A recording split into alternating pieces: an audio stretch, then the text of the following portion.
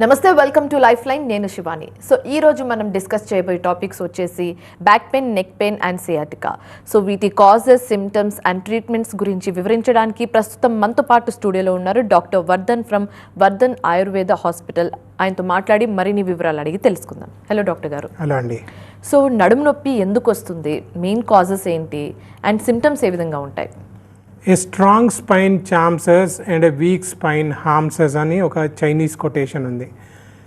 బలమైనటువంటి వెన్నుముక మనల్ని రంజింపచేస్తుంది, బలహీనమైనటువంటి వెన్నుముక మనకి హాని తలపెడుతుంది అని చెప్తూ ఉంటారు. అంటే ఇక్కడ బలమైన వెన్నుముక అంటే ఏంటి, బలహీనమైన వెన్నుముక అంటే ఏంటి, వాటి వల్ల ఏమేం ప్రాబ్లమ్స్ వస్తాయి అనేది మనం ఆలోచించాల్సినటువంటి అవసరం ఉంది. బలమైన వెన్నెముక ఉందనుకోండి, మనకి ఇంటర్ కనెక్టెడ్నెస్ బాగుంటుంది. అంటే బ్రెయిన్కి, బాడీకి కనెక్షన్ అనేది సరిగ్గా ఉంటుంది. అంటే నర్వస్ సిస్టమ్ కమ్యూనికేట్ సరిగ్గా అవుతుంది, కండరాల వ్యవస్థ సరిగ్గా పనిచేస్తుంది, మన మూడ్ బాగుంటుంది, మన ఇమ్యూనిటీ బాగుంటుంది, మన ఓవరాల్ వెల్బీయింగ్ బాగుంటుంది, మన సెక్షువల్ లైఫ్ కూడా బాగుంటుంది. అదే బలహీనమైన వెన్నెముక ఉందనుకోండి, మనకి ఒక డిస్కంఫర్ట్ కలిగిస్తుంది. అంటే తెలియని నొప్పి ఒకటి కలుగుతూ ఉంటుంది, నొప్పిని కూడా కలిగిస్తూ ఉంటుంది. అంటే బ్యాక్ పెయిన్ రావచ్చు, నెక్ పెయిన్ రావచ్చు, సయాటికా రావచ్చు. ఇవన్నీ కూడా బలహీనమైన వెన్నెముకతో వస్తాయి. ఎట్ ద సేమ్ టైం మన ఇమ్యూనిటీ తగ్గిపోతుంది, సెక్షువల్ లైఫ్లో ఆటంకం ఏర్పడుతుంది, అండ్ హార్మోనల్ డిస్టర్బెన్సెస్ కలుగుతాయి, మూడ్ డిస్టర్బెన్సెస్ కలుగుతాయి, ఫోకస్, కాన్సన్ట్రేషన్ తగ్గిపోతుంది, మన ప్రొడక్టివిటీ కూడా పడిపోతుంది. సో మనం ఎప్పుడైనా మనం ప్రయత్నం చేయాల్సింది ఏంటంటే స్ట్రాంగ్ స్పైన్ని క్రియేట్ చేసుకోవడానికి ప్రయత్నం చేయాలి. అలాని స్పైనల్ ప్రాబ్లమ్స్ ప్రతి ఒక్కటి కూడా స్కాల్పెల్ కిందికి వెళ్ళాల్సినటువంటి అవసరం లేదు. అంటే సర్జరీ టేబుల్ ఎక్కాల్సినటువంటి అవసరం లేదు. 95% of back pain requires no surgery అని WHO వాళ్ళ ప్రకారం, ఒక రిపోర్ట్ ప్రకారం చెప్తూ ఉంటారు. అంటే only 5% of back pain require surgery అని చెప్తారు. అంటే 100 మందిలో 5గురికి మాత్రమే సర్జరీ అవసరము, మిగతా 95 మందికి నాన్ సర్జికల్ ప్రొసీజర్స్ అయినటువంటి చికిత్సా విధానాల ద్వారా, ముఖ్యంగా ఆయుర్వేద పద్ధతుల ద్వారా మనం పూర్తిగా తగ్గించుకోవచ్చు. కాబట్టి సర్జరీ చెప్పబడినా, లేదా మీకు వెన్నునొప్పితో బాధపడుతున్నా, లేదా లక్షణాలుగా ఉన్నది వ్యాధిగా ఉన్నటువంటి వెన్నునొప్పితో బాధపడుతున్నా, లేదా సర్జరీ చేయించుకొని కాంప్లికేషన్స్ బారిన పడ్డా ఒకసారి ఆయుర్వేదానికి రండి, ముఖ్యంగా వర్ధన్ ఆయుర్వేదాకి రండి. స్క్రోల్ అయ్యే నెంబర్కి కాల్ చేయండి, 0404971819 అనే నెంబర్కి. మీ వ్యాధిని బట్టి, మీ సివియారిటీని బట్టి, మీ శరీర ధర్మాన్ని బట్టి మనం ట్రీట్మెంట్స్ చెప్పడానికి వీలవుతుందండి. సో ట్రీట్మెంట్స్ చెప్తున్నారు కాబట్టి ట్రీట్మెంట్స్ ఏ విధంగా ఉంటాయి and person to person differ అవుతుంది కాబట్టి ఎలా ట్రీట్ చేస్తారు? ఒకటండి, అంటే ఒక పేషెంట్ మా దగ్గరికి రాగానే ఫస్ట్ వాళ్ళ శరీర ధర్మాన్ని అర్థం చేసుకోవడానికి ట్రై చేస్తాం. సో ఆయుర్వేదంలో ఏంటంటే దీన్ని ప్రకృతి అంటారు, బేసిక్ బాడీ కాన్స్టిట్యూషన్ అంటాం. ఇది మనం పుట్టిన మరుక్షణమే మనకి ఆపాదించబడేటువంటి ఒక బాడీ కాన్స్టిట్యూషన్.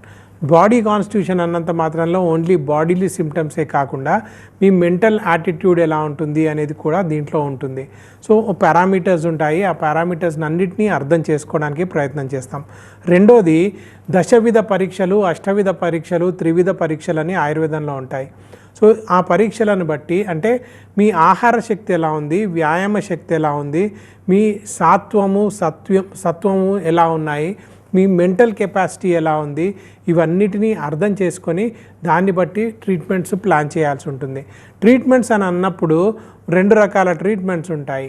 ఒకటి బాహ్య చికిత్సలు అంటాం, అంటే బయటికి చేసేటువంటి ట్రీట్మెంట్స్, అంటే ఎక్స్టర్నల్ థెరపీస్ అంటాం. దీంట్లో మళ్ళీ మేరు చికిత్స, మర్మ చికిత్స, పంచకర్మ చికిత్స, ఇలా రసాయన చికిత్స, వాజీకరణ చికిత్సలని 5 రకాల ట్రీట్మెంట్స్ ఉంటాయి. దాంట్లో మేరు చికిత్స అనేది చాలా ఉత్కృష్టమైనటువంటి ట్రీట్మెంటు. మాకు ట్రేడ్ మార్క్, రిజిస్ట్రేషన్ దాని మీదే ఉన్నాయి. ఇప్పటికీ ఆ ట్రీట్మెంట్ యూజ్ చేసి 9 లక్షల మందికి బ్యాక్ పెయిన్తో బాధపడే వాళ్ళకి ట్రీట్మెంట్స్ ఇచ్చాము. 3.5 లక్షలకు పైగా సర్జరీలు కూడా అవాయిడ్ చేయగలిగాం. రెండోది ఆభ్యంతర చికిత్స, అంటే లోపలికి తీసుకునేటువంటి మందులు. సివియారిటీని బట్టి, వ్యాధి తీవ్రతను బట్టి కొందరికి 2 నెలల వరకే మందులు ఇవ్వచ్చు, కొందరికి 4 నుంచి 6 నెలలు ఇవ్వచ్చు, లేదా కొంతమందికి అంతకన్నా ఎక్కువ టైం వరకు కూడా ఇవ్వడానికి అవసరం ఉన్న వాళ్ళకి ఇవ్వాల్సినటువంటి అవసరం ఉంటుంది. కాబట్టి వ్యాధిని బట్టి, వ్యాధి తీవ్రతను బట్టి, వాళ్ళ సివియారిటీని బట్టి ట్రీట్మెంట్స్ అనేవి ప్లాన్ చేస్తూ ఉంటాం. ఎక్స్టర్నల్ థెరపీస్ వచ్చేసి 10 డేస్ ప్రోగ్రామ్స్ ఉంటాయి, 18 డేస్ ప్రోగ్రామ్స్ ఉంటాయి, 28 డేస్ ప్రోగ్రామ్స్ ఉంటాయి, 45 డేస్ ప్రోగ్రామ్స్ కూడా ఉంటాయి. But patient to patient differ అవుతూ ఉంటుంది. ఓకే, సో పోస్ట్ ట్రీట్మెంట్ ఎలాంటి జాగ్రత్తలు తీసుకుంటే బెస్ట్ అని చెప్తారు? ఒకటండి, అంటే మనము వ్యాధి రావడానికి ఏవైతే కారణాలో ఆ వ్యాధి వచ్చే కారణాలను తీసేయడమే సగం చికిత్స అంటాం. ఆయుర్వేదంలో నిదాన పరివర్జనమేవ అర్ధ చికిత్సితం అంటాం. అంటే కారణాన్ని కనుక్కోగలిగితే, ఆ కారణాన్ని తీసివేయగలిగితే సగం చికిత్స జరిగిపోయినట్లే. ఇప్పుడు ఒక పేషెంట్ వచ్చాడు, ఎక్కువగా నిలబడుతూ ఉన్నాడు, ఆయన నిలబడి ఆయనకి బ్యాక్ పెయిన్ వచ్చింది. సో ఆయనకి మూల కారణము అక్కడ డిస్క్ని కట్ చేస్తే తగ్గిపోతుందా నడుము నొప్పి? తగ్గదు. ఆయన చేయాల్సింది ఆయన ఎక్కువగా నిలబడే తత్వాన్ని తగ్గించుకోవాలి, అంటే మూల కారణాన్ని తగ్గించుకోవాలి. ఫర్ ఎగ్జాంపుల్, నా దగ్గరికి షార్జా నుంచి ఒక పేషెంట్ వచ్చాడు. ఆయన చేసే ఉద్యోగం ఏంటంటే ఒక దగ్గర నుంచి బరువులు తీసి ఇంకొక దగ్గర పెట్టడం, అంటే ట్విస్టింగ్, టార్షను, మూమెంటు ఇవన్నీ ఎక్కువగా చేస్తూ ఉంటాడు. అలాంటి పేషెంటు మనము ఆ రూట్ కాజ్ని ఎలిమినేట్ చేసి దానికి భిన్నంగా వేరే ఏదైనా ఉద్యోగం వెతుక్కుంటే మంచిగా ఉంటుంది అనే కాన్సెప్ట్ని ఆయన బిల్డప్ చేసుకోవాలి. అలా మనము రూట్ కాజ్ని ఎలిమినేట్ చేసామనుకోండి, ఆటోమేటికలీ అన్నీ నార్మల్ అయిపోతాయి. లేదా చాలామంది ఎక్కువగా కూర్చునే తత్వం ఉంటుంది. సో కంటిన్యూస్ సిట్టింగ్ వల్ల కూడా నెక్లో కంప్రెషన్ ఏర్పడుతూ ఉంటుంది. ఆ కంప్రెషన్ ఏర్పడ్డప్పుడు ఆటోమేటికలీ మళ్ళీ నెక్ పెయిన్, చెయ్యంతా పాకేటువంటి నొప్పులు, ఇక్కడ నరువు కంప్రెస్ అయినప్పుడు 26 లక్షణాలు కనబడతాయి. ఆ 26 లక్షణాలలో తలనొప్పి రావచ్చు, చెయ్యంతా తిమ్మిర్లు పట్టచ్చు, లేదా చెయ్యి ఎండిపోయచ్చు, లేదా తల తిరిగే వర్టిగో లాంటి లక్షణాలే కనబడవచ్చు. ఈ లక్షణాలన్నిటికీ మూల కారణం ఏంటి? ఆయన కూర్చునే తత్వం. ఆ కూర్చునే తత్వాన్ని మార్చుకుంటే కదా మనం ప్రాబ్లమ్ని రెక్టిఫై అయ్యేది. అంటే ప్రాబ్లం ఏర్పడ్డాక ఆ ప్రాబ్లమ్ని తీసివేయడానికి మా దగ్గర ట్రీట్మెంట్స్ ఉన్నాయండి. రేపు పొద్దున దాన్ని మళ్ళీ నార్మలైజ్ చేసుకోవాలి, మళ్ళీ రాకుండా ఉండాలి అని అంటే ఆ పేషెంటే దాన్ని కరెక్ట్గా ఫాలో చేయాల్సి ఉంటుంది. సో ఇక్కడ నగరాన్ని నగర పాలకుడు ఏ విధంగానైతే కాపాడుకుంటాడో, రథాన్ని రథసాధకుడు ఏ విధంగానైతే కాపాడుకుంటాడో, మన శరీరాన్ని స్వశరీరస్య మేధావి కృత్వేష వహితో భవేత్ అంటారు. అంటే మన శరీరాన్ని మనమే కాపాడుకోవాలి, ఎవరికి వాళ్ళే కాపాడుకోవాలి. అలా కాపాడుకోవడానికి ఏమేమి కాపాడుకోవాలి, ఏమేమి చేయాలి అనేది ఒక సపరేట్ ప్రాసెస్ ఉంటుంది. ప్రతి పేషెంట్కి కూడా అది చెప్తూ ఉంటాం. ఓకే, సో డాక్టర్ గారు, ఒక ప్రాబ్లమ్కి సంబంధించి చాలా మిత్స్ ఉంటాయి అండ్ చాలా రియాలిటీ చెక్స్ ఉంటాయి. సో బ్యాక్ పెయిన్కి సంబంధించి మిత్స్ ఏంటి అండ్ రియాలిటీ ఏంటి? ఒకటండి, అంటే బ్యాక్ పెయిన్లో మిత్స్ అనగానే ఫస్ట్ మిత్, బ్యాక్ పెయిన్ రాగానే బెడ్ రెస్ట్ అంటూ ఉంటారు. సో బెడ్ రెస్ట్ ఎక్కువ రోజులు తీసుకోవడానికి లేదు. ఇప్పుడు లేటెస్ట్ జర్నల్స్ ప్రకారం ఏంటంటే 3 రోజుల కన్నా ఎక్కువగా మీరు పడుకుంటే మీ వెనుక ఉన్న కండరాలు డీకండిషనింగ్ జరిగిపోతాయి, అంటే మజిల్స్ వాటి పనితనాన్ని కోల్పోతాయి అని చెప్తూ ఉన్నారు. ఇంతకుముందు ఏ డాక్టర్ దగ్గరికి వెళ్ళినా ఇప్పటికీ కూడా చాలామంది డాక్టర్ చెప్తూ ఉంటారు, మీరు ఓన్లీ యూరిన్కి మోషన్కి లేవండి, అన్నం తినడానికి లేవండి, అంతేగాని మొత్తం రోజంతా పడుకొనే ఉండండి అని చెప్పే డాక్టర్లు కూడా ఉన్నారు. అలా చేస్తే ఆ 15 రోజులలో నొప్పి సగం తగ్గుతుందేమో కానీ 16వ రోజు లేచిన తర్వాత మళ్ళీ నొప్పి తీవ్రతరం అవుతుంది. So back pain bed rest is not always good, and అది కూడా కొంచెం లిమిటెడ్ టైం వరకే మనం బెడ్ రెస్ట్ తీసుకోవడానికి ట్రై చేయాలి. దానికన్నా movement is the medicine. Movement, కదలికలు అనేవి చాలా ఇంపార్టెంట్. నెంబర్ 2, పెయిన్ కిల్లర్స్ని వేసుకుంటూ ఉంటారు. పెయిన్ కిల్లర్స్ వేసుకొని నొప్పి తగ్గిపోయింది అని చెప్తూ ఉంటారు. కానీ పెయిన్ కిల్లర్స్ ఏం చేస్తాయి? మీకు అక్కడున్న నొప్పిని టెంపరీగా తగ్గిస్తాయి, తాత్కాలికంగానే తగ్గిస్తాయి, కానీ పర్మనెంట్ రూట్ కాజ్ ఎలిమినేషన్ అనేది జరగదు. సో ఆయుర్వేద ట్రీట్మెంట్స్ తీసుకున్నట్లయితే రూట్ కాజ్ ఎలిమినేషన్ జరుగుతుంది. పెయిన్ కిల్లర్తో పాటుగా పెయిన్ కిల్లర్ ఎఫెక్ట్ ఎప్పుడు వస్తుంది? మీకు అక్కడ వాతం తగ్గుతూనే వస్తుంది. సో వాతహర చికిత్సలు చేసినప్పుడు పెయిన్ కిల్లింగ్తో పాటుగా మీకు రూట్ కాజ్ ఎలిమినేషన్ కూడా జరిగిపోతుంది. 3వది, ఎపిడ్యూరల్ షాట్స్ తీసుకుంటూ ఉంటారు. ఇది డైరెక్ట్గా స్పైన్లోకి తీసుకునేటువంటి ఇంజెక్షన్స్ అండి. అది ఒక మనిషి జీవితకాలంలో 1 కానీ 2 కానీ తీసుకోవచ్చు. నా దగ్గరికి ఒక 2 months బ్యాక్ ఒక పేషెంట్ వచ్చాడు. 5 స్టీరాయిడల్ ఇంజెక్షన్స్ డైరెక్ట్గా పొడిపించుకొని వచ్చాడు. నొప్పి కూడా తగ్గలేదు, ఇప్పుడు సర్జరీ అని చెప్పారు. అలాంటి వాళ్ళకి కూడా ట్రీట్మెంట్ చేసి నార్మలైజ్ చేశాము, అది ఇంకొక ఆస్పెక్ట్. కానీ స్టీరాయిడల్ షాట్స్ వల్ల ఏమవుతుందంటే మంచి జరగడం కన్నా కాంప్లికేషన్స్ ఎక్కువగా వస్తాయి.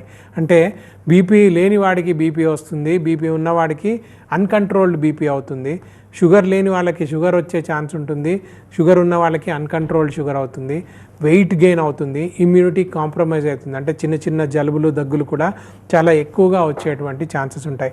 సో ఇవన్నీ కూడా తాత్కాలిక ఉపశమనంని మాత్రమే ఇస్తాయి, పర్మనెంట్ సొల్యూషన్ ఇవ్వవు. పర్మనెంట్ సొల్యూషన్ కోసము రూట్ కాజ్ ఎలిమినేషన్ కోసం ట్రై చేయాలి, కానీ క్విక్ ఫిక్స్ సొల్యూషన్స్ తొందరగా ఇవాళ జాయిన్ అయిపోయి రేపు సాయంత్రానికి డిశ్చార్జ్ అయిపోతారనే సర్జరీలు ఇవన్నీ చేసుకోవడానికి అవసరం లేదు. ఎందుకంటే న్యాచురల్గానే తగ్గించుకునేటువంటి ఉపాయాలు ఉపచారాలు ఆయుర్వేదంలో ఉన్నాయి కాబట్టి వాటిని ఫస్ట్ ట్రై చేసి, యాక్చువల్గా సర్జికల్ టెక్స్ట్ బుక్స్లో ఒక పాయింట్ చెప్తారు, 1 సంవత్సర పర్యంతము మీరు నాన్ సర్జికల్ ప్రొసీజర్స్ అన్నీ కూడా ప్రయత్నం చేసి అప్పుడు కూడా తగ్గకపోతే అప్పుడు మీరు సర్జరీలోకి వెళ్ళాలి. లేదా red flag science, warning signs కనబడితే, అంటే రెడ్ ఫ్లాగ్ సైన్స్ అంటే ఏంటి అనే క్వశ్చన్ వస్తుంది మళ్ళీ. యూరిన్ మీకు తెలియకుండా జారిపోవడము లేదా యూరిన్ ఆగిపోవడము, మోషన్ తెలియకుండా జారిపోవడము లేదా మోషన్ ఆగిపోవడము, లేదా క్యాన్సర్ లాంటి కండిషన్స్ ఉండడము, ఫీవర్ విత్ చిల్స్ లాంటి కండిషన్స్ ఉండడము, కాలు చచ్చుబడిపోవడము, చేతులన్నీ కూడా చచ్చుబడిపోవడం, అలాంటి కండిషన్ ఉంటే మాత్రమే సర్జరీకి వెళ్ళాలి. లేకపోతే నాన్ సర్జికల్ ప్రొసీజర్స్ అయినటువంటి ఆయుర్వేద చికిత్సా విధానాలు లాంటివి తీసుకుంటే డెఫినెట్గా సొల్యూషన్స్ ఉంటాయండి. సో డాక్టర్ గారు, మరో కామన్గా ఫేస్ చేసే problem neck pain. Neck pain ఎందుకు వస్తుంది? మెయిన్ రూట్ కాజెస్ ఏంటి? నార్మల్గానైతే బ్యాక్ పెయిన్ కానీ నెక్ పెయిన్ కానీ రావడానికి న్యూట్రిషనల్ డెఫిషియన్సీస్ కారణంగా ఎక్కువగా ఉంటాయండి. అంటే ఆయుర్వేదంలో ఏంటంటే మనము అస్థిధాతు పోషకాలు అంటాం. అంటే మనకు కాల్షియం కానీ మెగ్నీషియం కానీ ఇలా జింక్ కానీ తగ్గిపోయాయి అనుకోండి, బోన్ నరిష్మెంట్ సరిగా లేదు, అప్పుడు ఆటోమేటికలీ బోన్లో ప్రాబ్లమ్స్ ఏర్పడుతూ ఉంటాయి. సో నెక్లో ఈ మధ్య కాలంలో నెక్లో ఎందుకు ఎక్కువ ప్రాబ్లమ్స్ వస్తున్నాయి అని అంటే over usage of your neck joints. అంటే మనం ఎక్కువగా మొబైల్ యూజ్ చేయడము, ల్యాప్టాప్ యూజ్ చేయడము, ఇర్రెగ్యులర్ పోస్చర్లో కూర్చోవడము, అండ్ అన్వాంటెడ్ పొజిషన్స్లో ఎక్కువగా కూర్చోవడము, రోజంతా కష్టపడిపోయి సాయంత్రానికి రెస్ట్ తీసుకోవడము అని అంటే మనందరం చేసే పని ఏంటంటే సోఫాల్లో వెళ్ళి జారగిల్ల పడి కూర్చుండిపోవడము. ఇవన్నీ చేస్తున్నప్పుడు ఏమవుతుంది, నెక్ మీద ఎక్సెసివ్ ప్రెషర్ అనేది పడుతుంది. యూజువల్గా నెక్ మీద మన హెడ్ వెయిటే పడుతూ ఉంటుంది. స్ట్రైట్గా కూర్చున్నప్పుడు, అంటే న్యూట్రల్ పొజిషన్లో మన హెడ్ వెయిట్ నెక్ మీద పడదు. నార్మల్గా అబ్నార్మల్ పొజిషన్లో కూర్చున్నప్పుడు లేదా గంటల తరబడిగా కూర్చున్నప్పుడు ఆ హెడ్ వెయిట్ కాస్త నెక్ మీద పడుతూ ఉంటుంది. అండ్ ఇక్కడ గుర్తుపెట్టుకోవాల్సిన పాయింట్ ఏంటంటే ప్రతి 5 degrees బెండ్కి 10 kgs to 15 kgs extra wait మన నెక్ మీద పడుతూ ఉంటుంది. అలా వెయిట్ పడుతున్నా కొద్దీ, మీరు గంటల కొద్దీ కూర్చుంటున్నా కొద్దీ, లేదా మొబైల్లో టెక్స్టింగ్ చేస్తున్న కొద్దీ, లేదా ల్యాప్టాప్ల పైన ఎక్కువ పని చేస్తున్న కొద్దీ నెక్లో కంప్రెషన్ అనేది అక్కడ ఉన్నటువంటి నర్వ్ మీద ప్రెషర్ పడుతుంది. అక్కడ స్పాండిలైటిసే రావచ్చు, స్పాండైలోసిసే రావచ్చు, నర్వ్ కంప్రెషనే రావచ్చు, లేదా సర్వైకల్ ప్లెక్సిస్ అంతా కూడా ఇన్వాల్వ్ అవ్వచ్చు. సో అక్కడ అది నర్వ్ కంప్రెషన్ ఏర్పడ్డప్పుడు ఆటోమేటికలీ 26 లక్షణాలు వస్తాయి. దాంట్లో మనకు చెవుల వెనకాల నొప్పి, ముక్కులో సెన్సేషన్స్ తగ్గిపోవడము, కంటి చూపు తగ్గిపోవడము, మన నోట్లో టేస్ట్ తగ్గిపోవడము, గడ్డానికి నొప్పి రావడము, తలనొప్పి రావడము, మైగ్రేన్ హెడేక్స్ రావడము, తలంతా తిరిగిపోయే వర్టిగో లాంటి కండిషన్స్ రావడము.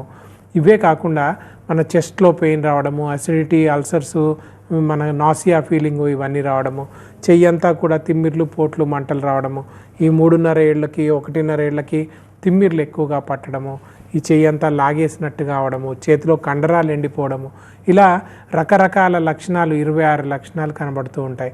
సో పేషెంట్స్ చాలామంది వస్తారు, వచ్చి నాకు మైగ్రేన్ అస్సలు తగ్గట్లేదండి అంటారు. కానీ రూట్ కాజ్కి మనం వెళ్ళినప్పుడు నెక్లో కంప్రెషన్ ఉందని డిసైడ్ అయిపోతుంది. అంతెందుకు ఈ కాలంలో చాలామందికి చెవులలో సౌండ్స్ వస్తున్నాయి, దాన్ని టినిటస్ అంటారు. చాలా యంగ్ ఏజ్, నా దగ్గరికి 13-year-old బాయ్ కూడా వచ్చాడు, వాడికి కూడా చెవులలో సౌండ్స్ వస్తూ ఉన్నాయి. సో ఇదంతా చూస్తే లాస్ట్కి నెక్లో కంప్రెషన్ ఉండడం వల్ల అని తేలిపోతుంది. ఆ నెక్ కంప్రెషన్ని మనం రిలీఫ్ ఇచ్చామనుకోండి, అక్కడ ట్రీట్మెంట్ ఇచ్చామనుకోండి, ఆటోమేటికలీ ఈ 26 లక్షణాలు కూడా తగ్గిపోయేటువంటి ఛాన్సెస్ ఎక్కువగా ఉంటాయి. కాబట్టి రూట్ కాజ్ ఎలిమినేషన్కి ప్రాధాన్యత ఇవ్వాలి. క్విక్ ఫిక్స్ సొల్యూషన్స్, బ్యాండెడ్ సొల్యూషన్స్కి మనము వాటి జోలికి వెళ్లకుండా మూల కారణాన్ని వెతికి వాతానికి ట్రీట్మెంట్స్ చేసుకుంటే, వాతాహార చికిత్సలు చేసుకుంటే డెఫినెట్గా సొల్యూషన్స్ ఉంటాయి. మళ్ళీ ఈ వ్యాధులు రాకుండా కూడా ఉంటాయి. ఓకే. సో డాక్టర్ గారు, ఈ నెక్ పెయిన్ని నెగ్లెక్ట్ చేస్తే, ఇనిషియల్ డేస్లోనే నెగ్లెక్ట్ చేస్తే ఫ్యూచర్లో ఎలాంటి ప్రాబ్లమ్స్ వస్తాయి? అండ్ క్విక్ సొల్యూషన్ కోసం చాలామంది మసాజ్ కానీ స్ప్రేస్ కానీ యూజ్ చేస్తూ ఉంటారు. So what you have to say about this? ఒకటండి, అంటే ఇందులో 2 క్వశ్చన్స్ ఉన్నాయి. ఫస్ట్ ఒక క్వశ్చన్ ఆన్సర్ చేస్తాను. కాంప్లికేషన్స్ ఎలా ఉంటాయి అని అంటే, ఫస్ట్ ఏదైనా లక్షణంగా మాత్రమే కనబడుతుంది. ఆ లక్షణాన్ని అలక్ష్యం చేస్తే అది కాస్త వ్యాధిగా మారుతుంది. ఆ వ్యాధిని కూడా మనం అలక్ష్యం చేస్తే, పట్టించుకోకపోతే లేదా కరెక్ట్ ట్రీట్మెంట్ తీసుకోకపోతే అది వ్యాధి సమూహంగా మారుతుంది లేదా కాంప్లికేషన్స్కి దారితీస్తుంది. యూజువల్గా ఏంటంటే ఈ మధ్య కాలంలో ఎక్కువగా పెరిగినటువంటి మరో వ్యాధి మోటార్ న్యూరాన్ డిసీజ్ అంటాం. అంటే ఎంఎన్డి అనే ఒక కండిషన్.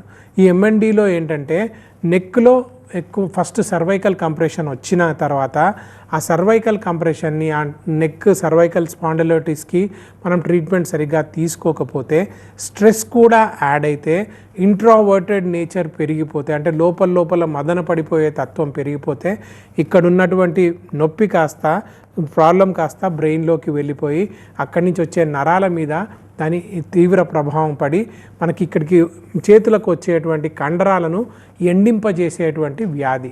సో దీన్ని 1000 రోజుల వ్యాధి అని కూడా అంటారు. అంటే 1000 day డిసీజ్ అంటారు. 1000 రోజులలో అది మనల్ని మంచానికి కట్టిపడేస్తుంది.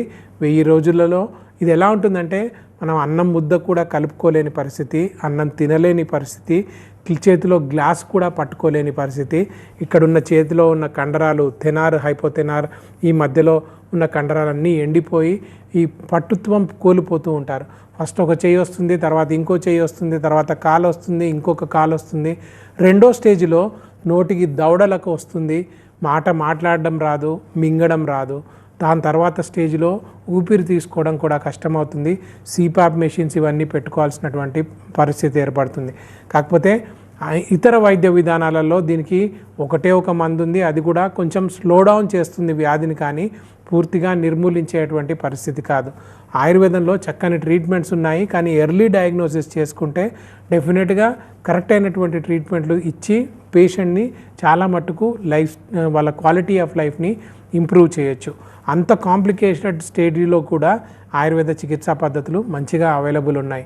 కాబట్టి నేను చెప్పే పాయింట్ ఒకటే, చిన్నగా ఉన్నటువంటి ప్రాబ్లమ్ని, లక్షణంగా కనబడేటువంటి ప్రాబ్లమ్ని మనం అలక్ష్యం చేయకుండా, దాన్ని నెక్స్ట్ లెవెల్కి తీసుకుపోకుండా, కాంప్లికేషన్స్ తెచ్చుకోకుండా ముందు జాగ్రత్త చర్యగా మనం ముందే దాన్ని నివారించుకోగలిగితే, ట్రీట్మెంట్ తీసుకోగలిగితే చాలా హ్యాపీగా, హెల్తీగా ఉండడానికి ప్రయత్నం చేయొచ్చు. ఓకే. సో డాక్టర్ గారు, ఆయుర్వేదంలో నెక్ పెయిన్కి సంబంధించిన ట్రీట్మెంట్స్ ఏమేమి ఉంటాయి?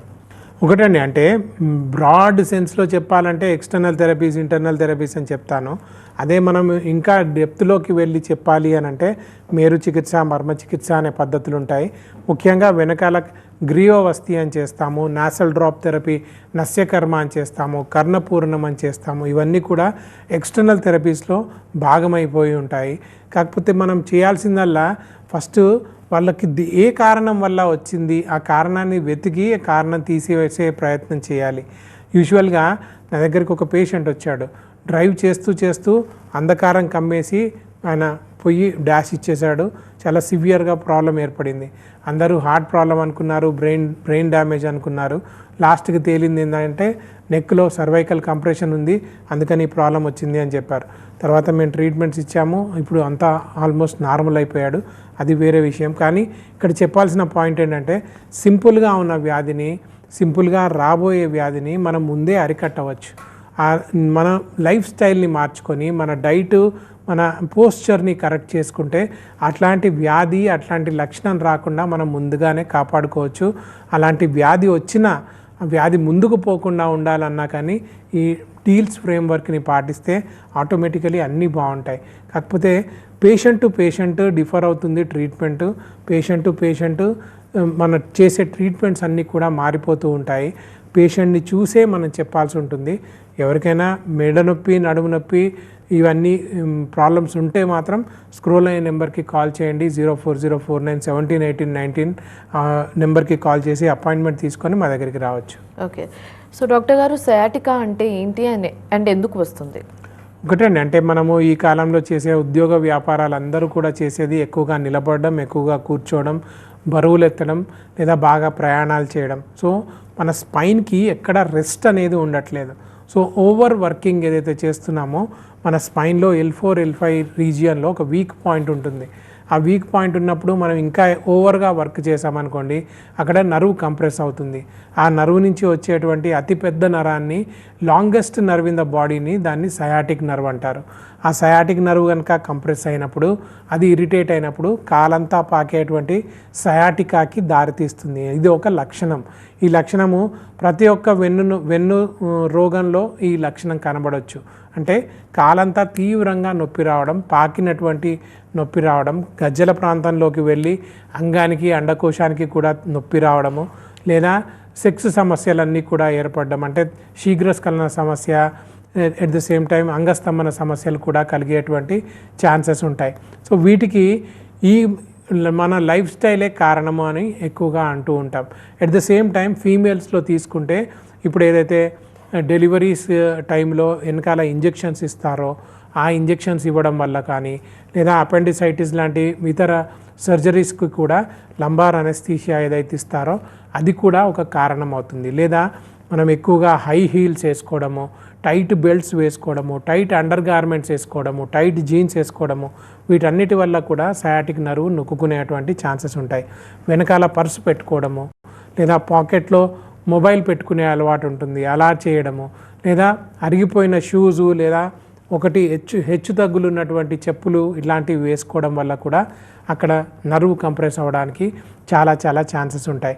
ఓవర్గా డ్రైవ్ చేయడం వల్ల కూడా మనకు సయాటికా వచ్చేటువంటి ఛాన్సెస్ ఉంటాయి. మ్యాట్రెస్ సరిగా లేకున్నా, పిల్లో సరిగా లేకున్నా మన స్పైనల్ కర్వేచర్ ఇంబ్యాలెన్స్ వచ్చేసి అప్పుడు కూడా నర్వ్ కంప్రెషన్ ఏర్పడడానికి ఛాన్సెస్ ఉంటాయి. లేదా రోడ్ ట్రాఫిక్ యాక్సిడెంటే కావచ్చు, లేదా స్లిప్పే కావచ్చు, బాత్రూంలో జారే పడవచ్చు. అలాంటి కండిషన్స్లో కూడా అక్కడ దెబ్బ తగలడం వల్ల కూడా మనకి సయాటికా వచ్చేటువంటి ఛాన్సెస్ ఉన్నాయి. ఓకే, సో డాక్టర్ గారు సయాటికాని క్యూర్ చేయొచ్చా? ట్రీట్మెంట్ ప్రాసెస్ ఏ విధంగా ఉంటుంది? క్యూర్ చేయడము అని అంటే person to person always differ అవుతుందండి. And at the same time compression ఎక్కడ ఏర్పడుతుంది, ఎంత సీవియర్గా ఉంది అని ఆలోచించి దానికి తగ్గట్టుగా మనం ట్రీట్మెంట్స్ ఇవ్వాల్సినటువంటి అవసరం ఉంటుంది. స్టేజీల వారీగా వస్తాయి లక్షణాలు. First stage, second stage, third stage, fourth stage అనే స్టేజీ లాగా వస్తాయి. ఆయుర్వేదం ద్వారా మేము చేసే మేరు చికిత్స, మర్మ చికిత్సల ద్వారా first, second, third and early fourth స్టేజ్లో కూడా ట్రీట్మెంట్స్ చేయగలుగుతున్నాము. అందువల్లనే 96% సక్సెస్ రేట్ ఉంది. అండ్ 9 lakh బ్యాక్ పెయిన్ పేషెంట్స్కి ట్రీట్మెంట్ ఇచ్చాము. 3.5 లక్షలకు పైగా స్పైన్ సర్జరీలు మేము అవాయిడ్ చేయగలిగాము. ఓకే, సో డాక్టర్ గారు back pain, neck pains and sciatica గురించి చాలా మంచిగా వివరించినందుకు థ్యాంక్ యూ సో మచ్ అండి. థ్యాంక్ యూ అండి. ఇది ఇవాల్టి లైఫ్ లైన్. మరో అంశంతో మళ్ళీ కలుద్దాం. చూస్తూనే ఉండండి TV9.